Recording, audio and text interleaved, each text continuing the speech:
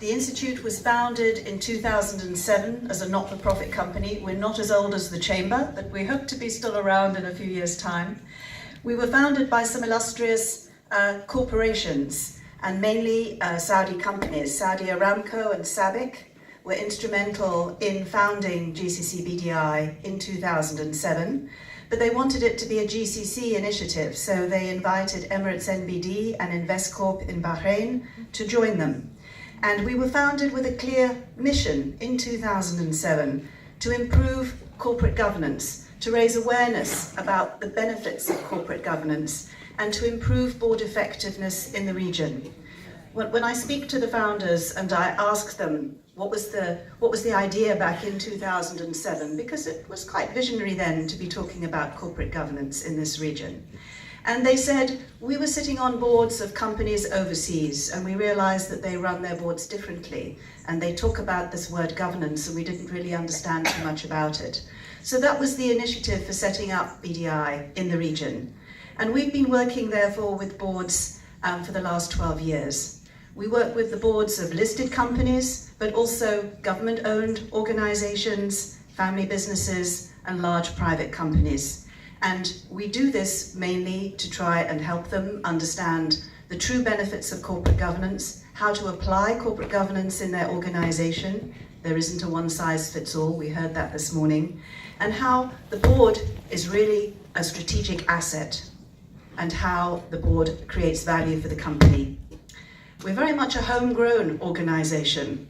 We've grown in the GCC and we're really dedicated to working with GCC boards and board directors. We run open workshops where we have directors from different companies and different parts of the region coming together to share their experiences. We have a workshop running in Riyadh today. But most of the time we work in-house with boards inside their own companies, helping them to achieve the successful and the sustainability of their organizations. Last year, we launched a certification program for board secretaries. I think that the role of the board secretary, particularly in this region, is not well understood, and there is a valuable role for the board secretary. So we decided to run a really in-depth program for board secretaries, and it's a certified program. And this year, I'm delighted to tell you that we've launched a certification program for board directors. It's fully endorsed by the CMA. We're running it in collaboration with the Financial Academy, and we're rolling it out in Saudi Arabia this year. And in fact, tomorrow in Riyadh, we will be launching the certification program at an event that is hosted by the CMA in Riyadh. So I'm especially pleased to be here with you today because family businesses are the heart and the soul of any economy, and particularly the private sector.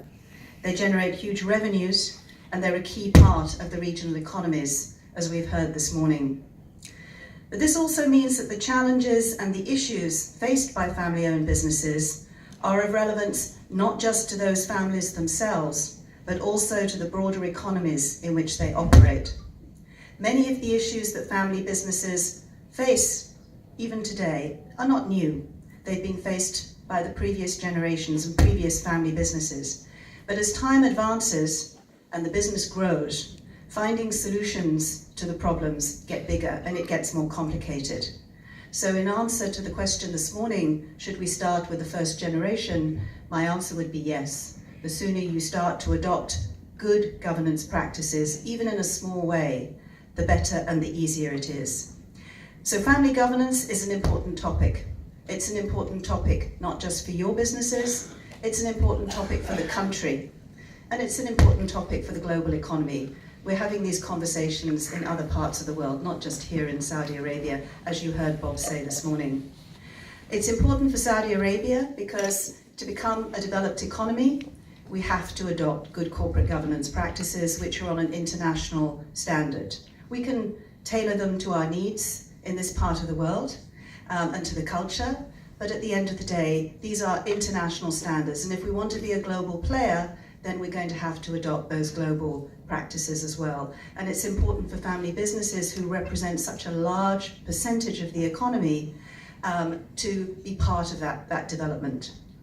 I sincerely hope, therefore, that the forum today, not only the speakers and sharing their experience this morning, but the presentations that are coming afterwards from the different faculty members, will help you find solutions and ideas of how you can move your businesses forward and ensure that they're sustainable into the next generation and beyond.